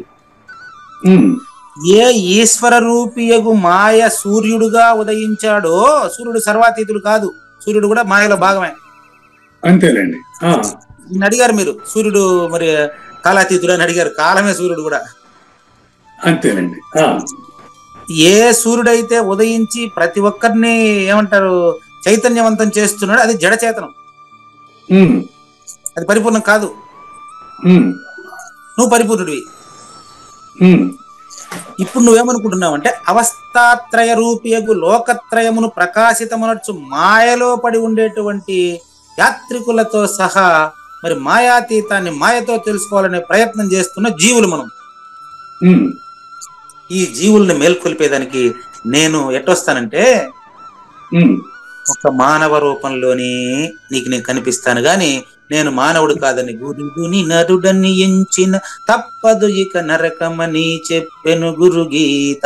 శంభోహర పరముగని శంభోహర పరముగని అంబకు తెలిపేను గంగాధర లింగ తనువు భంగము చేసేను భంగము చేసేను. కౌరు నాగేశ్వర ప్రసాద్ గారు, నీలాంటి ఒక మానవ రూపంలో వస్తానయ్యా నేను కూడా. అంత మాత్రం చేత నన్ను మనిషిగా తలిస్తే నీ కర్మ నేనేం చేయలేనండి. మాయలో పడి ఉన్న యాత్రికులను మేల్కొలుపుటకు, యాత్రికులు అంటే అద్భుత యాత్రికులు, ఓం శాంతిలో అది యూనివర్సిటీలో మధుమనం అద్భుత యాత్రికులు బుక్ రాశాడు ఆయన. ఆయన పేరు దాదా లేఖరాజు, ఆయన పేరు. ఈ బ్రహ్మకుమారిస్ వైట్ వేస్తారు చూడండి,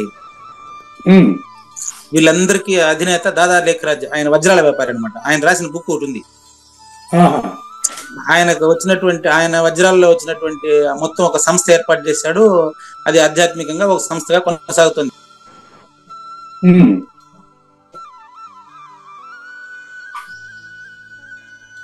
గురుగారు మ్యూట్ అయినట్టుంది మీ ఫోన్.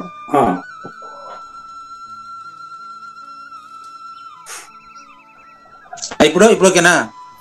ఇప్పుడు ఓకే గురుగారు. మధ్యలో ఒక ఫోన్ చేసేసారు, శంకర్ నారాయణ గారు ఫోన్ చేస్తున్నారు. మరి వారు అనుకున్నారేమో. అదేలేండి, 7 అయిపోయింది కదా. 20 నిమిషాల దాకా ఫోన్ రావచ్చు. 20 నిమిషాల కొద్ది నిరీక్షించాల్సి వస్తోంది. సభకు పెద్ద ఎత్తున బస్సులు అంతా మ్యూట్ అవ్వండి. చూడండి, అద్భుత యాత్రికులు ఒక పుస్తకం రాశాడండి ఆయన. యాత్రికులు పదం వాడారు జ్ఞానేశ్వరి. మానవులు 84 లక్షల జీవరాశులు అద్భుత యాత్రికులట. ఆకాశం అనే శూన్యం నుంచి ఈ సర్వ 84 లక్షల జీవరాశులు ఎలా ఉత్పత్తి అయ్యాయని ఆయన రాస్తాడు ఆ పుస్తకంలో. చిన్న బుక్ ఒకటి ఉంది అది. ఇప్పుడు 20 సంవత్సరాల క్రితం చదవడం జరిగింది ఆ పుస్తకాన్ని నేను. అందులో రాస్తాడు క్లియర్ గా శూన్యం సర్వం ఎలా అయింది అనేసి. కవితలంతా ప్రయోగించాడు ఆయన, నేర్పరితనం ఆయన పాటించాడు. కానీ ఇదంతా మాయా అని తెలుసుకునేటువంటి వాడు మాత్రం మాయకు అతీతుడండి. ఇప్పుడు ఆయన దృశ్య వస్తు రూపేగు జల సరోవరమునందు, జలరాశులు మొదట ఏర్పడింది జల జీవులట. అంటే అన్నపు సూక్ష్మాంశం మనసు, ఎన్నగ నీరంబు ప్రాణం.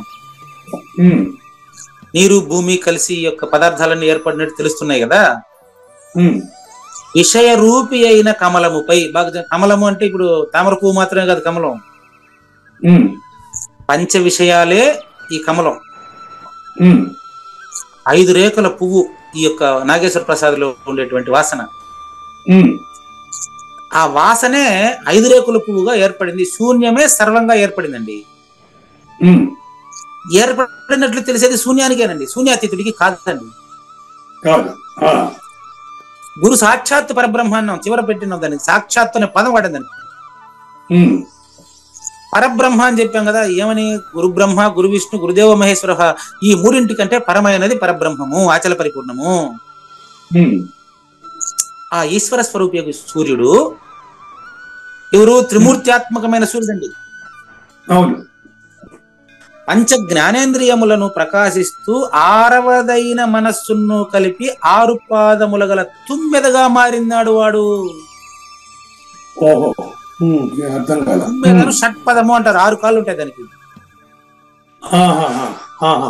దాన్ని ఉదాహరిస్తున్నారంతే, ఎట్టొచ్చిన 6 కాళ్ళు అని చెప్పాలండి.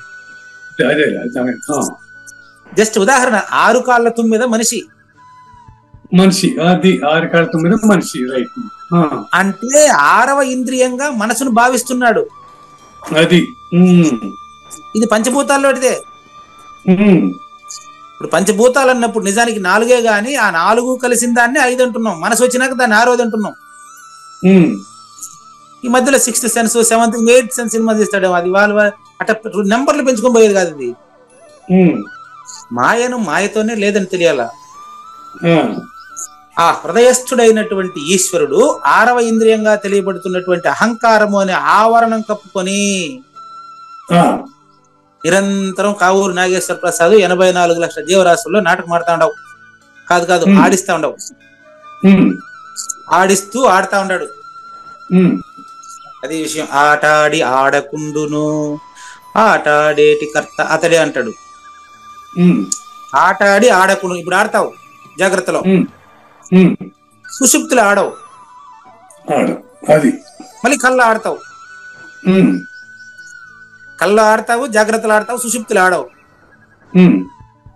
ఈ 3 ఆటలు ఆడించేవాడే కర్త ఆటకి, వేరేవాడు కాదు. ఆట ఆడించేవాడు. ఈ 2 ఒకటే. మట్టి కుండగా మారినట్టుగా శూన్యమే సర్వంగా మారి సర్వం తనకంటే వేరుగా భావించడమే భ్రమ. బ్రహ్మరహితం బట్టబయలు. ఇప్పుడు చూసారా, బట్టబయలు నీకంటే వేరుగా ఉందా? నాకంటే వేరుగా మరి లేనట్టే. మరి ఇప్పుడు చెప్పండి, మొదటి నేను కంటే వేరుగా బట్టబయలు లేదు. 2వ నేను, 3వ నేను మొదటి నేనులో లేదు. అవును. మీరు ఎందులో అపరోక్షం చెందాలో మీరే నిర్ణయించుకోండి, నేను చెప్పేది కాదు అది. అదేలేండి. ఈ 2వ నేను 6వ ఇంద్రియంగా తన మాయ యొక్క తెరమరుగున, తన మాయ యొక్క అంటే కృష్ణ పరమాత్మ మాయాతీతుడుగా బోధిస్తున్నాడా లేదా? అవును, మాయాతీతుడుగానే బోధిస్తున్నాడు. మరి మీరు కూడా మాయాతీతుడు అవ్వచ్చు కదా, ఎందుకు మాయలోనే పడి ఉంటారు అని ఆయన చెప్తున్నారు. నేను చెప్తున్నా మీకు, అంతే, నాదేం లేదు. మాయ యొక్క తెర మరుగు చేత అతడు సమస్త సూత్రములను సంచాలన మొనర్చుచుండెను. ఎట్లా? ఇప్పుడు సమస్త సూత్రములను సంచాలనం చెప్పేది ఎట్లా తెలుసా? భూమిని తిప్పుతున్నాడు, సూర్యచంద్రుల్ని ప్రకాశింపజేస్తున్నాడు. ఆయన కావూరు నాగేశ్వర ప్రసాద్ అని ఇంకెవరిని వచ్చినారా? కావూరు నాగేశ్వర ప్రసాద్ ఈ పని చేసేది. మళ్ళీ నాకంటే వేరుగా ఆడిన కాశీలో, రామేశ్వరంలో, కురుక్షేత్రంలో ఏమైనా ఉందని సంస్థలు ఏర్పాటు చేసుకుని డబ్బులు వసూలు చేసుకుని పోయేది ఆయన దగ్గరికి ఆయన పోతాండేది. అదే గురుగారు. 3వ వాడు 2వ వాడి దగ్గరికి పోయి వస్తామని ప్రయత్నం చేస్తాడు. తిరుగు జన్మంతా అయిపోతా ఉంది. ఏడ ఏం కనిపించలేదు, అన్ని పంచిపోతాలే కనిపిస్తాయి. ఎంతసేపు వెస్టీ సమిష్టిలోనే ఉంటాం. మరి బాహ్య జగత్తు అనే రంగభూమి పైన 84 లక్షల జీవరాశుల యోనుల్ని చిత్ర విచిత్ర ఛాయాచిత్రముల్ని ఆడిస్తా ఉంటావు. నాగేశ్వర ప్రసాద్ ఆడించే నువ్వు కర్తయ్యా. నేను ఎక్కడ ఆడిస్తున్నాను చూపిస్తాను కదా. కళలో కట్టినటువంటి బిల్డింగ్లకి అంత కర్త ఎవరు? కలగన్నాడా కాదా? నేను సృష్టిలో బాగుండి నేనే మిగతా ఆలోచిస్తాను. మాయకి అతీతుడు ఎవడో ఉంటే మాయని నడిపించగలడు కానీ కాదండి, పొరపడుతున్నారండి. సముద్రం పడవని నడిపిస్తుందా? పడవ నడిపే వాళ్ళు డబ్బు ఇస్తే వాడు జీవనాధారం కోసం వీడు నడుపుతున్నాడా? వీడు నడుపుతున్నాడు. సముద్రం పడవని నడిపింది అనగలవా? అనలేం. కాలేజీ పాఠం కాలేజీ లేకుండా పాఠం లేదు, కాలేజీ లేకుండా చదువు లేదు. కాలేజీ చదువు చెప్తాదే? చెప్పదు. టీచరే చెప్తాడు, పిల్లోడే వింటాడు. ఇది ద్వయం. ఆ కాలేజీలో ఎంతమంది టీచర్లు, ఇంజనీర్లు, కలెక్టర్లు, కండక్టర్లు, రాష్ట్రపతులు అయినప్పటికీ కాలేజీకి ఏం తెలియదు. కానీ కాలేజీలో యాక్టివిటీ జరుగుతుంది. అవును. యాక్టివిటీ జరిగేది వీళ్ళిద్దరికి సంబంధించింది, కాలేజీకి సంబంధం లేదు. ఈ ఉదాహరణ ప్రకారం పరిపూర్ణంలో యాక్టివిటీ పరిపూర్ణానికి కాదు. కాబట్టి మీరు పరిపూర్ణుడు అయినప్పుడు మీరు ప్రశ్నించేవాడు ఆడ ఉండడు. అది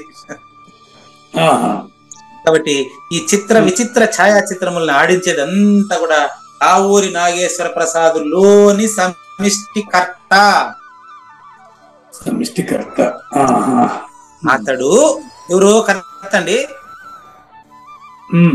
బ్రహ్మ నుండి క్షుద్రమైన క్రిమి కీటకాలు, ఈగ, దోమ వరకు అన్నింటినీ వాటి వాటి యోగ్యతను అనుసరించి, చూడు, వాటి వాటి యోగ్యత, ఏ జన్మలో ఏ సంస్కారం ఉంటే సంచిత, ఆగామి, ప్రారంభం, తిప్తా ఉంటాడు. కోర్టులో శిక్ష పడేది జడ్జి తప్పు చేసి కాదు,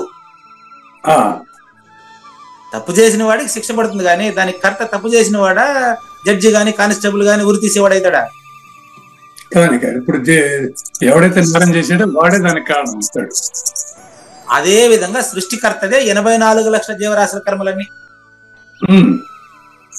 సృష్టికర్తకు అతీతంగా ఉండేవాడు ఏం చేయట్లేదు. అదే మొదటి నేను, అదేలేండి. అదే నువ్వు ఇన్నా ఎరకపోయినా అదే నువ్వు. అది క్లారిటీ వచ్చేస్తుంది. ఇక్కడ చూడండి, ఎవని ఎందైతే ఏ ఆకారమును ఆతడు నైపుణ్యంగా సింగారించి ఉంచును ఆ దేహమునందు ఆ జీవుడు ఈ దేహమే నేను అని బంధించబడిపోతే నేనేం చేసేదే? సృష్టికర్త మీరే నేను చెప్తున్నాను. ఏదండి నాగేశ్వర ప్రసాద్ మాత్రం అన్నామనుకో నేను చేయగలిగింది ఏం లేదు. ఒకసారి చూడండి, ఒక నూలు పోగు మరి ఒక నూలు పోగు రెండిట్లో ఉండేది నూలు పోగే కానీ వేరు వేరా కాదు. అదే విధంగా ఒక నూలు పోగు మరి ఒక నూలు పోగు తాకి ఉండే రీతిన గడ్డి నుంచి మొత్తం ఆకాశం కంప్లీట్ గా నీ స్వరూపం నాయన, అంటే ఎరుక స్వరూపం నాయన. ఎరుకకు అతీతమైన వాడు నువ్వు అని చెప్పినాను అనుకో, అది అపరోక్షం చేసుకోకపోవడం అది తనకు సంబంధించిన వ్యవహారం, నాకు కాదు అది. కానీ గురుగారు, ఎరుకకు ఒక నీతి ఉంది కదా, నీతి అనేది ఎవరు ఏర్పరిచారు? ఎరుకకు మూలమే లేదు, నీతి ఎక్కడ ఉంటుంది? అదే తర్వాత ఉదాహరణ చెప్తున్నారు, మీరు చెప్పే ప్రయత్నం చేస్తారు, వినటం లేదు. చూడండి, చిన్నపిల్లడు ఎదురుగా లోపల, అది ఆయన చెప్పేది, ఆయన బాగా మంచి ఉదాహరణ చెప్తాడు, మనమేమి వ్యాఖ్యానం చేయపని లేదండి. చూడండి, చిన్నపిల్లడు అడుగు చూడండి, ఇంకా పైకి తీయండి, ఇంకా పైకి తీయాలి, ఇంకా పైకి ఎత్తాలి, ఇంకా పైకి తీయండి. నూలు పోగు ఎప్పుడు అయిపోయింది, తృణాదులు అయిపోయింది. చిన్నపిల్లడు చూడండి, చిన్నపిల్లవాడు మీరే చిన్న వయసులో ఉండి ఆలోచించండి, నీళ్ళలో చూస్తాడు. నీళ్ళలో చూసినప్పుడు వీడి తలకాయ కనిపిస్తుంది, వాడు దాంట్లో చేయి పెట్టి కలుపుతాడు, అది టచ్ చేద్దాం ఉంది, అదే లేదు అట్టుంది. ఇప్పుడు మీరు ఇందాక అడిగింది అట్లా తెలుసుకోవాలా? జన్మ ఉంటే మరణం ఉంటుంది అనడానికి ఒక నీతి ఉన్నది కదా, అదే నేను ఉద్దేశంలో. ఓకే, అదేనండి. అద్దంలో బొమ్మ కనిపిస్తా ఉంది, అది ఉందా? అద్దంలో ప్రతిబింబంలో అది నిజం కాదుగా. అదే విధంగా జనన మరణాలు రెండు నీదేనంటా ఉంటే, అంటే ఎరుకదే అంటుంటే, ద్వయరహితమైనప్పుడు మాత్రమే ఇది తెలియబడుతుందండి. చూడు, దాన్ని చేతులతో పిల్లోడు బొమ్మ చూసి కెలికినట్టుగా అద్దాన్ని పగల కొడితే నేను వేసుకుంటే నగలంతా డబుల్ అవుతుంది. నేను వేసుకున్న నగలు మళ్ళీ అద్దంలో కనిపిస్తాను అనుకో, అద్దాన్ని పగలగొట్టి ఆ నగలు కూడా తీసుకుని పోయి అమ్ముకుందామా? లేదు, అట్లే ఉండాలి మీరు చెప్పేది. ఇప్పుడు దేహాకార రూపమున స్వయంగా తన రెండవ నీడనే చూసి జీవుడు కూడా దాంట్లో ఆత్మబుద్ధిని స్థాపించుకున్నాడు. ఆరో ఇంద్రియంగా భావించేవాడు. ఇది ఏమైందంటే ఇప్పుడు ఎన్నిసార్లు చెప్పినప్పటికీ అద్దంలో చూసినటువంటి నగలు వస్తే ఇంకో 2 డబ్బులు అయితే బాగుంది అనుకుంటాడు. ఇదే అబద్ధం. చెప్పాను మీకు. డాక్టర్ కృష్ణమోహన్ గారు అడిగారు, ఆ చక్రాలు వేసినారు కదా ఇప్పుడు, లక్ష్మీనారాయణ గారు ఎవరో చూసినారా, మన గ్రూప్ లో పెట్టారు మన చక్రాలన్నీ. ఆ చక్రాలన్నీ ఆపరేషన్ చేసి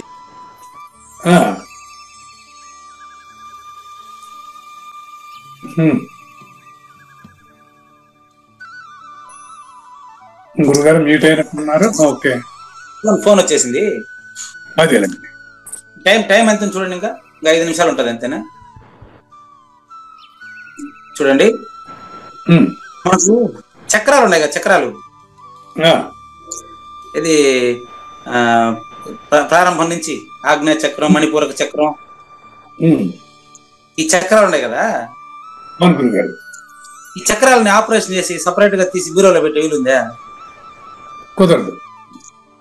అట్ట నీళ్ళలో వాడు గెలికినాడు అంటే ఇది ఇట్లే మన శరీరంలో మనం పరిశీలించి ఇది లేనిదని గురుముఖంగా విచారణ చేసి తెలుసుకోకుండా ఎంతసేపు బయట ఉండేటువంటి నామరూపాలకే పరిమితమై విచారిస్తే తెలియదండి.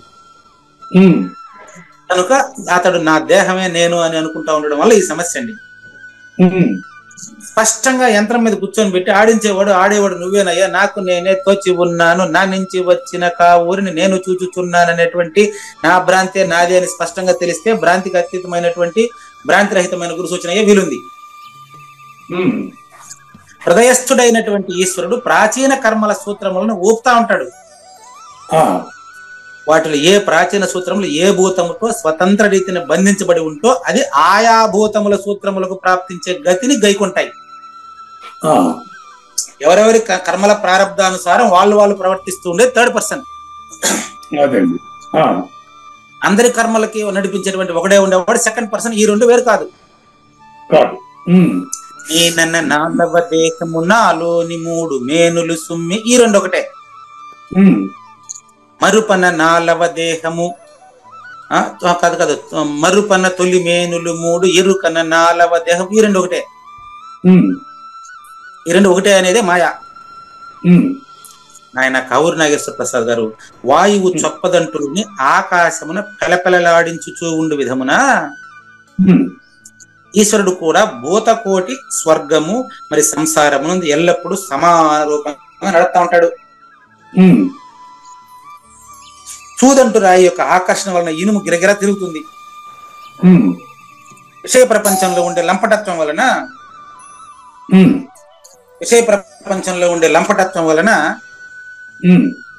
మరి మనిషి జనన మరణాల్లో గిరగిరగిర తిరుగుతా ఉంటాడు. బావి గిలకలాగా. అమ్మ కొంచెం ఉండమ్మ, వస్తాం. బావి గిలకలాగా.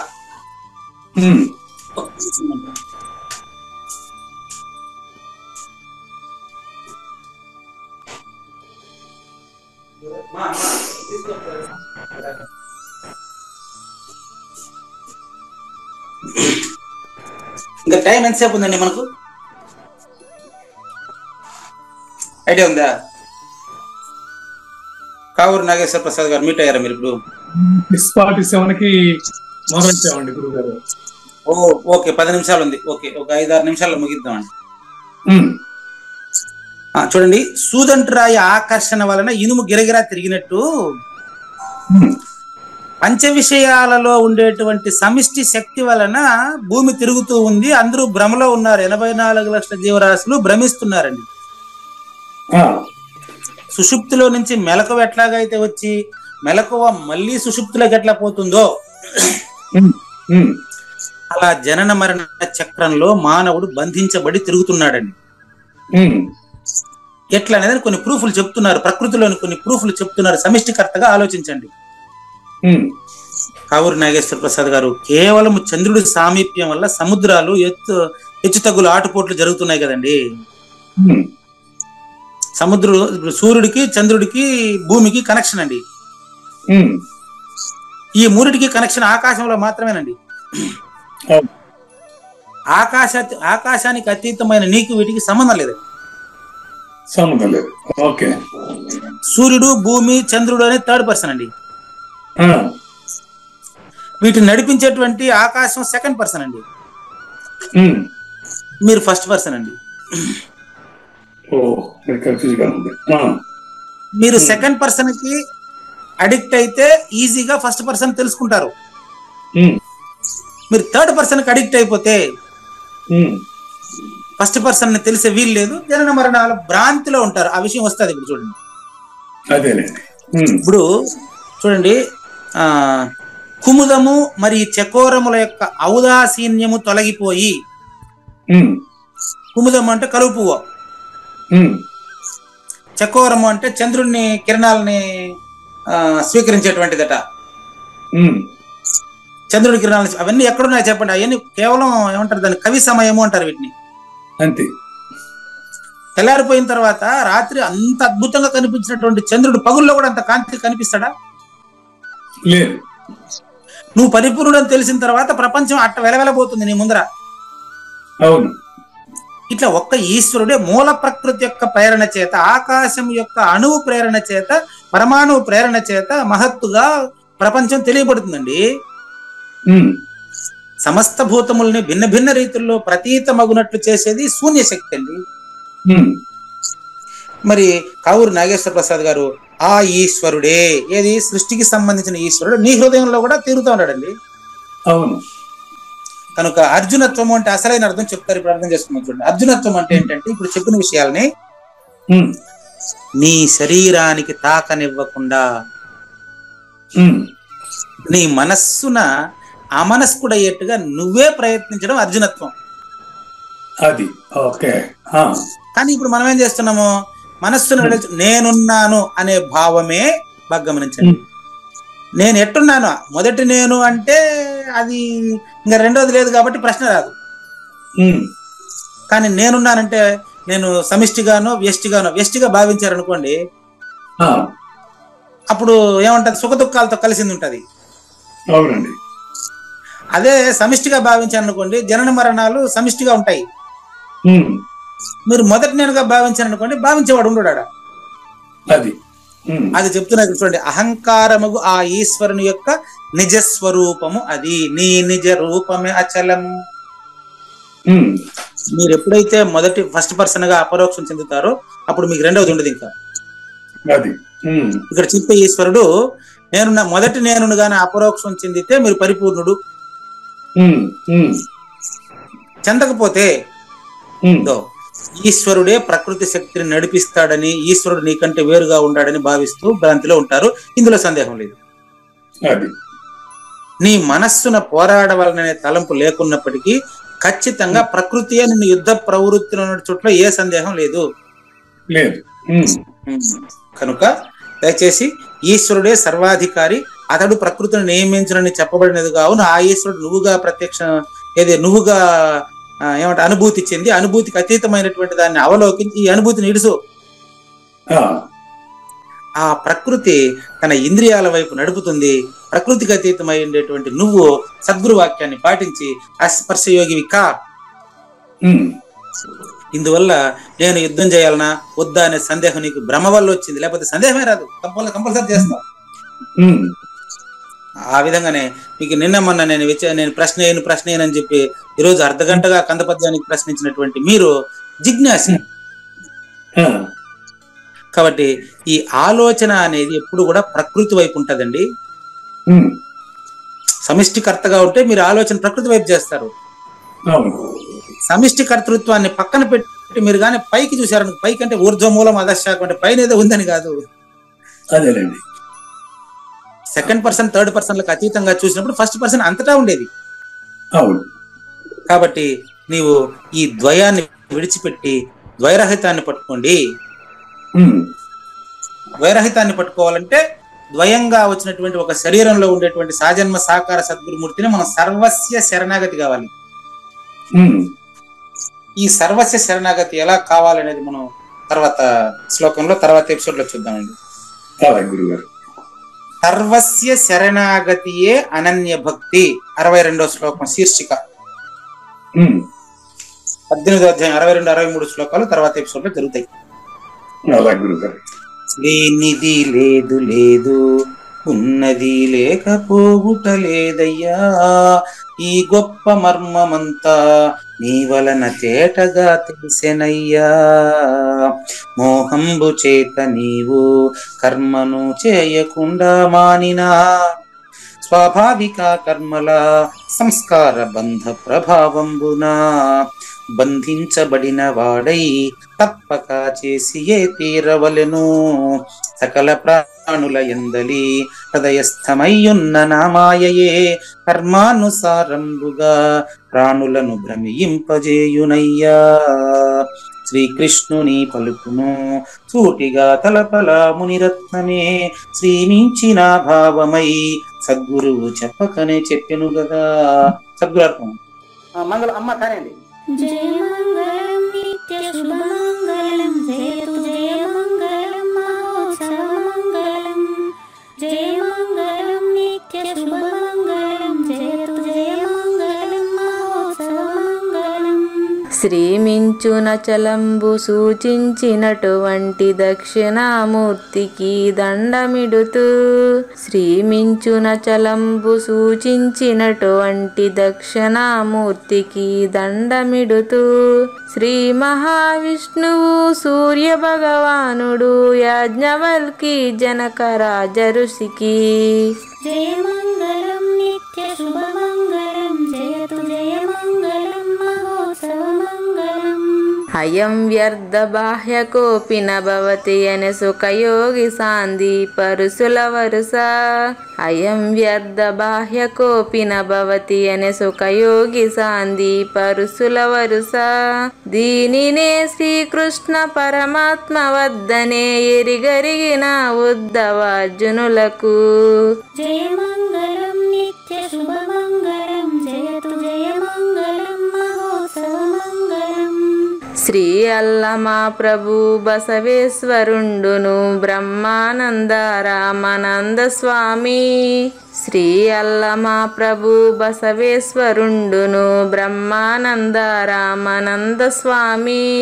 నవరసాలు లిఖించు నాట్యమయూరిగా గీతను మలచిన జ్ఞానేశ్వరులకు జయ మంగళం నిత్య శుభమంగళం జయతు జయ మంగళం మహోత్సవ మంగళం. కబీరు దాసుడు సహజానంద గురుడు రామావధూతయురాజితముగా. కబీరు దాసుడు సహజానంద గురుడు రామావధూతయురాజితముగా. అంబికా శివయోగి శ్రీవేమన నిరంజన వెంకయ్య తిరువెంగళార్యులకును జయ మంగళం నిత్య శుభమంగళం జయతు జయ మంగళం మహోత్సవ మంగళం. శ్రీ బృహద్వాశిష్ట సిద్ధాంతమును చేసి జనన మరణ భ్రాంతి జడుపు బాపి. శ్రీ బృహద్వాశిష్ట సిద్ధాంతమును చేసి జనన మరణ భ్రాంతి జడుపు బాపి. అచల సాంప్రదాయమవనిలో నెలకొలిపి అందించినట్టి శివరాములకును జయ మంగళం నిత్య శుభమంగళం జయతు జయ మంగళం మహోత్సవ మంగళం. మెప్పైన బోధల తిప్పలు బాపిన అప్పయ్య మంత్రియు అచల గురులు. మెప్పైన బోధల తిప్పలు బాపిన అప్పయ్య మంత్రియు అచల గురులు. పరశురామ సీతారామ స్వామి ప్రభులు నరసింహ యోగి గురువర్యులకును జయ మంగళం నిత్య శుభమంగళం జయతు జయ మంగళం మహోత్సవ మంగళం. కంద కందార్థముల నందించి బృందముకు రంది పాపిన కృష్ణ ప్రభువునకును. కంద కందార్థముల నందించి బృందముకు రంది బాపిన కృష్ణ ప్రభువునకును. పలుకులా కందనిది పరబయలు ఇది అని పలికిన ఫీల్కాన లక్ష్మణునకు జయ మంగళం నిత్య శుభమంగళం జయతు జయ మంగళం మహోత్సవ మంగళం. ఫీల్కాన లక్ష్మణుల ప్రియ శిష్యవర్యుండు అవధూతయని పేరావనియందు. ఫీల్కాన లక్ష్మణుల ప్రియ శిష్యవర్యుండు అవధూతయని పేరావనియందు. పాఠాలు నేర్పించి పీఠాలు ఏర్ప పరచి శంఖబాపిన వెంకటేశ్వర వదూతకు జయమంగళం నిత్య శుభమంగళం జయతు జయమంగళం మహోత్సవమంగళం. బట్ట బయలున ఎరుక పుట్టనే లేదని బాలాజీ సింగు ఈ కీలు తెలిపే. బట్ట బయలున ఎరుక పుట్టనే లేదని బాలాజీ సింగు ఈ కీలు తెలిపే.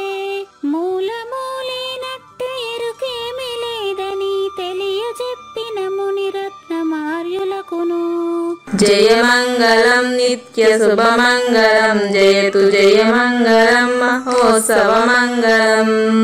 నరస్వప్నము వంటి సురస్వప్నమిది అని పరిపూర్ణ దర్శినిని ప్రకటపరచి. నరస్వప్నము వంటి సురస్వప్నమిది అని పరిపూర్ణ దర్శినిని ప్రకటపరచి. సహజాచల రాజయోగి సద్గురు కృపచ సాంప్రదాయక గురుల సరసన జేరే. జయమంగళం నిత్య శుభమంగళం జయతు జయమంగళం మహోత్సవమంగళం. నిష్కల్మషానంద నిజ గురుని శిష్యుండు లింగమూర్తి లిపిని పొందుపరచి. నిష్కల్మషానంద నిజ గురుని శిష్యుండు లింగమూర్తి లిపిని పొందుపరచి. కార్వేటి నగరము పురవాసుడైనట్టి పూజారి వెంకటేశునకంకితం విధి. జయమంగళం నిత్య శుభమంగళం జయతు జయమంగళం మహోత్సవమంగళం. జయమంగళం నిత్య శుభమంగళం జయతు జయమంగళం మహోత్సవమంగళం. జై సద్గురు ప్రభు మహారాజ్ కి జై. జై గురుదేవ్ అండి. శ్రోతలందరి తరపున వెంకటేశ్వర గురు గారు ధన్యవాదాలు చెప్తూ శాంతి మంత్రం. పూర్ణమదః పూర్ణమిదం పూర్ణాత్ పూర్ణముదచ్యతే పూర్ణస్య పూర్ణమాదాయ పూర్ణమేవ అవశిష్యతే. ఓం తత్సత్. ఓం శాంతి శాంతి శాంతి. హరి ఓం. న తద్భాసయతే సూర్యో న శశాంకో న పావకః యద్గత్వా న నివర్తంతే తద్ధామ పరమం మమ.